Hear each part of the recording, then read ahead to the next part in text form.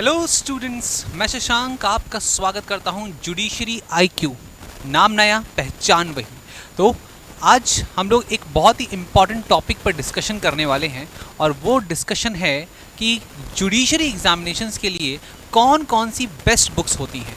तो आज का ये जो सेशन मैं लेने वाला हूँ ये स्पेशली उन सारे बच्चों के लिए है जो एक सीरियस एस्पिरेंट्स हैं और वो अभी समझ नहीं पा रहे या सेल्फ स्टडी कर रहे हैं या अभी उन्होंने स्टार्ट किया है अपनी जुडिशरी प्रिपरेशन को, या एलएलबी के लास्ट ईयर में हैं या थर्ड ईयर में हैं या फिर मान लीजिए 5th सेमेस्टर में हैं या 7th सेमेस्टर में हैं। वो सारे बच्चों के लिए बेस्ट बुक्स कौन कौन सी होनी चाहिए जुडिशरी एग्जामिनेशन को क्रैक करने के लिए, जुडिशरी एग्जामिनेशन को क्रैक करने का तरीका क्या होना चाहिए, इन बुक्स को पढ़ा कैसे जाता है, इन सब पर आज हम लोग एक वीडियो और खासकर हम कह सकते हैं ये सेशन लेकर आए हैं। तो चलिए शुरू करते हैं इस सेशन को। इस सेशन को अंत तक देखिएगा अगर आप सच में एक जुडिशरी एस्पिरेंट हैं तो, वरना टाइम मत वेस्ट करिएगा, जाइए अपना कुछ और स्क्रीन पर स्क्रॉल कर लीजिए, वो आपके लिए बेस्ट रहेगा। तो सबसे इंपॉर्टेंट चीज़ क्या है कि 10 बेस्ट बुक्स जो जुडिशरी एग्जामिनेशन की प्रिपरेशन के लिए चाहिए होती हैं उसको आज हम लोग समझने वाले हैं। तो सबसे पहले अगर हम लोग बात करें तो ये आप लोगों को एक चीज़ मैंने दिखा दी है कि ये कुछ ऐसी बुक्स हैं जो आप लोगों को पता होनी चाहिए कि यही सारी बुक्स हैं जो आपकी 10 बेस्ट बुक्स में से आती हैं और ये हर एक जुडिशरी एस्पिरेंट को पढ़ना चाहिए।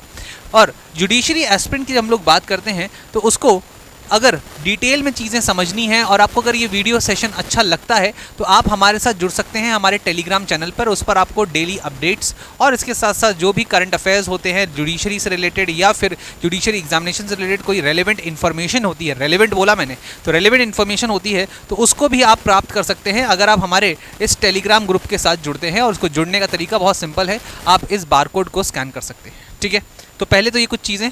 सबसे पहली बुक जो आती है वो है आपकी ये। बोले सर ये एक बुक तो नहीं दिख रही है, आपने तो एक ही बार में सारे बुक्स बता दी। नहीं, ये कलेक्टिवली इनको हम लोग बोलते हैं बेयर एक्ट्स। इनको क्या बोलते हैं हम लोग? इनको हम लोग बोलते हैं बेयर एक्ट्स। और सारे के सारे जितने भी आपके टीचर्स होंगे जो जुडिशरी की प्रिपरेशन करा रहे होंगे या जुडिशरी के बारे में जानते होंगे वो आपको एक राय ज़रूर देंगे, सबकी कॉमन राय होगी कि अगर आपको जुडिशरी निकालना है तो आपको बेयर एक्ट्स पर कमांड करनी होगी। ये बेयर एक्ट्स होते क्या हैं? ये बेयर एक्ट्स बिल्कुल वो बेयर एक्ट्स होते हैं जो सरकार ने बना के दिए हैं और जिससे पूरा कानून व्यवस्था जो है वो चल रही है। तो आपको इनको पढ़ना होगा। इनको पढ़ने का तरीका है उसके लिए मैं अलग से एक वीडियो बना दूंगा, पर इनको आपको पढ़ना होगा, इन पर आपको महारत हासिल करनी पड़ेगी। हर एक सब्जेक्ट का बेयर एक्ट आपके पास होना ही होना चाहिए, चाहे आप उसको PDF के फॉर्म में यूज़ करें, चाहे आप उसको हार्ड कॉपी के फॉर्म में यूज़ करें, फ़र्क नहीं पड़ता है, पर आपको उसे यूज़ करना ही है। उसको डेली बेसिस पे पढ़ना है। जैसे IPC का बेयर एक्ट अगर आपने पढ़ा या आपने BNS का बेयर एक्ट पढ़ा या आपने इंडियन कॉन्ट्रैक्ट एक्ट का बेयर एक्ट पढ़ा या मुस्लिम लॉ का पढ़ रहे हैं या हिंदू लॉ का पढ़ रहे हैं, इन सब में आपको एक चीज़ ध्यान रखनी है, क्या कि आपको बेयर एक्ट पर कमांड करनी ही करनी है। ठीक है, तो सबसे पहला और सबसे इंपॉर्टेंट है आपका बेयर एक्ट। तो बेयर एक्ट जो है ये होता है heart and soul of the judiciary preparation. Heart and soul of the preparation, अगर इसे heart and soul of the constitution पूछा जाए तो वो है article number 32। BR Ambedkar ji ने कहा था, बिल्कुल उसी तरीके से मैं कह रहा हूं कि heart and soul of the judiciary preparation to become जज इन योर रिस्पेक्टिव स्टेट, आपको बेयर एक्ट पे कमांड करनी होगी। फिर अब एक एक करके, क्योंकि बेयर एक्ट जो होते हैं इनकी जो भाषा होती है वो अच्छे से समझ में नहीं आती, इसमें बहुत ज़्यादा इलस्ट्रेशंस भी नहीं दिए होते हैं, बहुत ज़्यादा एक्सप्लेनेशन नहीं दिया होता, बहुत ज़्यादा कमेंट्री नहीं दी होती। सेल्फ स्टडी जो लोग बच्चे कर रहे होते हैं उनको बड़ी दिक्कत होती है, इसलिए मैं आपके लिए कुछ और 9 बुक्स भी लेकर आया हूँ जो आपको ज़रूर से ज़रूर पढ़नी चाहिए while preparing your judiciary examination. तो सबसे पहली जो आती है वो है आपकी प्रॉपर्टी एक्ट, TPA। सबसे टफेस्ट अगर टॉपिक अगर आपसे पूछा जाए तो वो होता है आपका TPA। अगर आप यूपी ले लीजिए, बिहार ले लीजिए, राजस्थान ले लीजिए, हिमाचल प्रदेश ले लीजिए या फिर आपके अन्य स्टेट्स ले लीजिए, ठीक है, तो उसमें आपको TPA ज़रूर मिलेगा। ट्रांसफ़र ऑफ प्रॉपर्टी एक्ट 1882 जो है वो आपको ज़रूर मिलेगा और इसकी बेयर एक्ट पढ़ना अपने आप में एक महारत हासिल करना होता है। मतलब बेयर एक्ट समझ ही नहीं आती, इसके लिए मैं आप लोगों को रिकमेंड करता हूँ डॉक्टर पूनम प्रधान सक्सेना जी की ये प्रॉपर्टी लॉ की बुक। बहुत ही शानदार बुक है, मैंने पर्सनली इसको रीड किया है, बहुत ही शानदार बुक है। बहुत सारे लोग बहुत अलग अलग बुक्स बताते हैं पर मैं वो बुक्स बता रहा हूँ जो मैंने पर्सनली रीड की हुई हैं, मैंने पर्सनली पढ़ी हुई हैं, बहुत शानदार एग्जाम्पल्स दिए हुए हैं। इनको ज़रूर पढ़िए, इनको PDF आपको मिल जाएगी। तो डॉक्टर पूनम प्रधान, और इनके बारे में मुझे लगता है कि ऐसा कोई व्यक्ति नहीं होगा जो इनके बारे में नहीं जानता होगा। HOD रह चुकी हैं, ठीक है, कहाँ की? आपके जोधपुर NLU की, अलग अलग डिपार्टमेंट्स की। तो पूनम प्रधान सक्सेना जो नाम है राइटर का, और प्रॉपर्टी लॉ ये किताब है, ये बहुत ही शानदार किताब है फॉर TPA। अब आगे बढ़ते हैं। फिर आती है आपकी बहुत ही शानदार किताब। अब क्योंकि न्यू लॉज आ चुके हैं, बहुत से लोगों ने कहा कि बहुत से स्टेट बोल रहे हैं कि अभी हम ओल्ड लॉज ही पूछेंगे, जैसे हिमाचल प्रदेश ने अभी कंफर्म किया, पर बहुत से लोग बोल रहे हैं हम न्यू लॉज पूछेंगे, ओल्ड लॉज भी पूछेंगे। तो यहाँ पे ओल्ड लॉज न्यू लॉज दोनों के लिए हम लोग देखते हैं भारतीय साक्ष्य अधिनियम। तो भारतीय साक्ष्य अधिनियम की जब हम लोग बात करते हैं तो याद रखेंगे इसके लिए जो न्यू लॉज हैं, मतलब भारतीय साक्ष्य अधिनियम के लिए आप टैक्समैन की ले सकते हैं। किसकी ले सकते हैं? टैक्समैन की आप किताब ले सकते हैं। पर अगर आपको इंडियन एविडेंस एक्ट की लेनी है या लॉ ऑफ एविडेंस की लेनी है तो मैं आपसे कहूँगा कि आप बटुक लाल ले लीजिए। कौन सी ले लीजिए? बटुक लाल।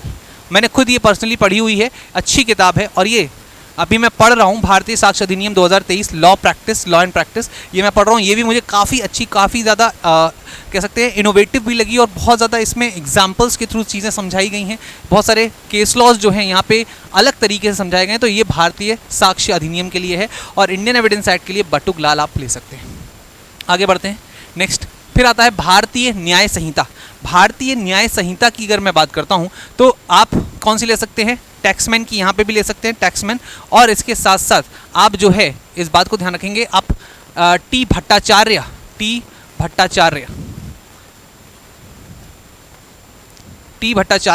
की किताब है IPC, ठीक है, वो भी आप ले सकते हैं अगर आप सच में IPC को पढ़ना चाहते हैं, IPC।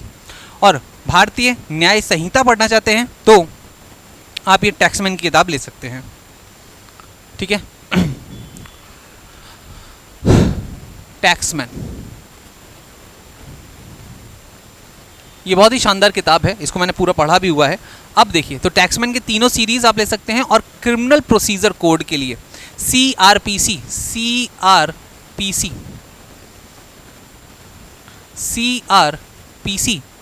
या फिर अब उसको हम कहें BNSS, तो BNSS के लिए आप टैक्समैन ले सकते हैं, ठीक है। तीनों में आप न्यू सीरीज़ में तीनों में टैक्समैन ले सकते हैं।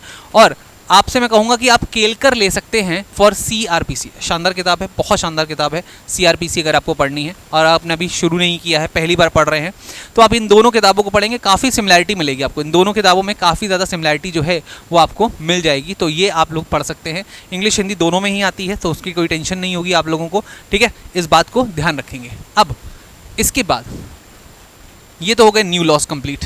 फिर आता है आपका एवरग्रीन सी टकवानी।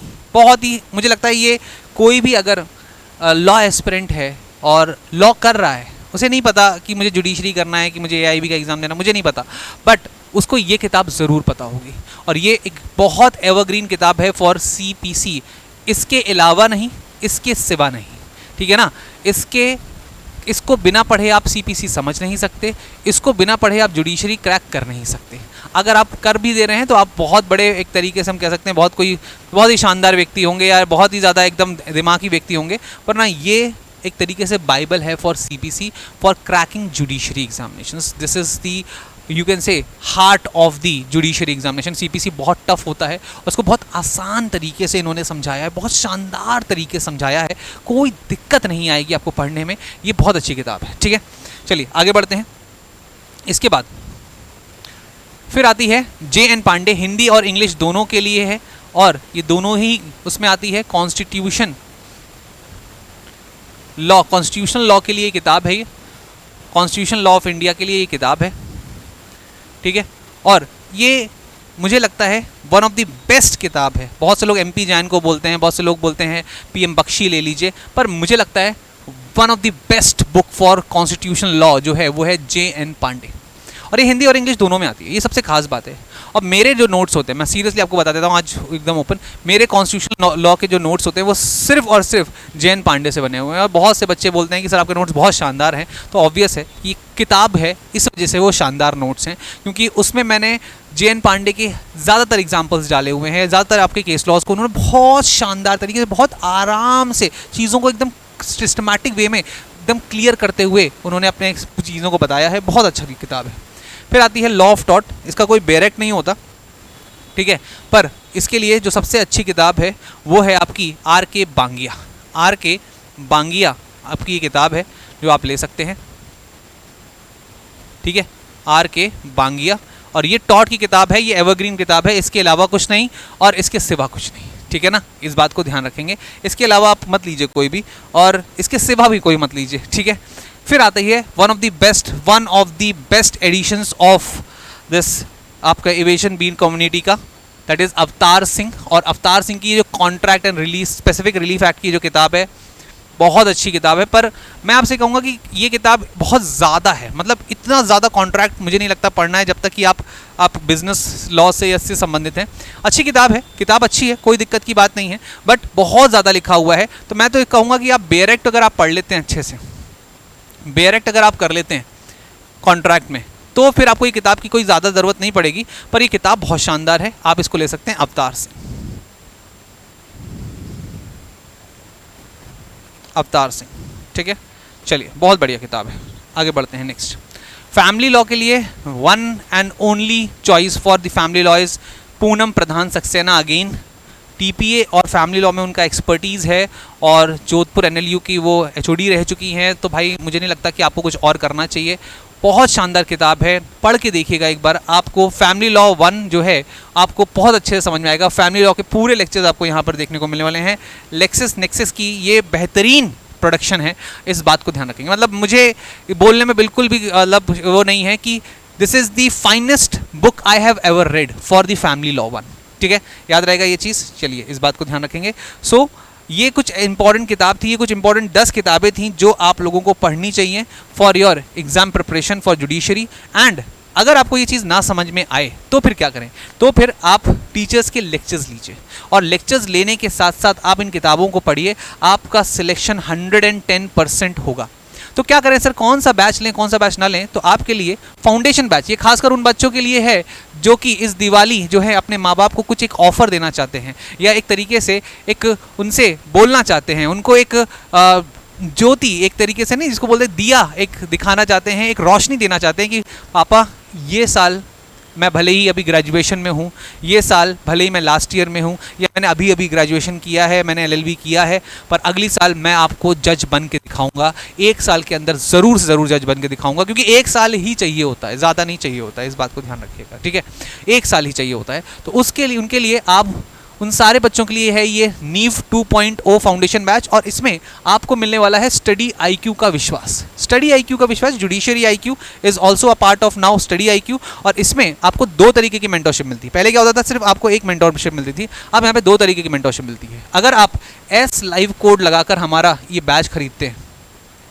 अगर आप ये S लाइव कोड लगाकर हमारा ये बैच खरीदते हैं, तो आपको regular mentorship of HGS topper तो मिलेगी, पर इसके साथ साथ स्पेशल मेंटरशिप ऑफ टीचर्स भी मिलेगी। तो टीचर से भी आप बात कर सकते हैं, और रेगुलरली आप इनसे तो बात कर ही सकते हैं, टीचर से भी बात कर सकते हैं, रेगुलर बेसिस पे आप बात कर सकते हैं, अपनी डिस्कशंस कर सकते हैं। और इसका जो प्राइस है आफ्टर अप्लाइंग दिस कोड वो है 25,999। तो S लाइव कोड ही आपको लगाना है फॉर दी स्पेशल मेंटरशिप, और इसके साथ मिलने वाला है आपको स्पेशल किट।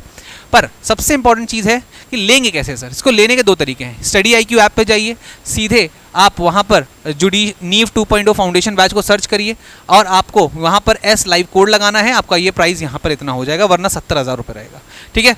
या फिर आप इस नंबर पे कॉल कर सकते हैं और सीधे बोल सकते हैं कि मुझे सर S लाइव कोड ही लगाना है, मुझे क्या लगाना है, S लाइव कोड ही लगाना है, तभी आपको मेरी मेंटरशिप, मतलब शशांक सर की मेंटरशिप मिलेगी। और ये है आप हमारा दिवाली ऑफर, और ये वैलिड है फॉर जस्ट 3 नवंबर। आज क्या है?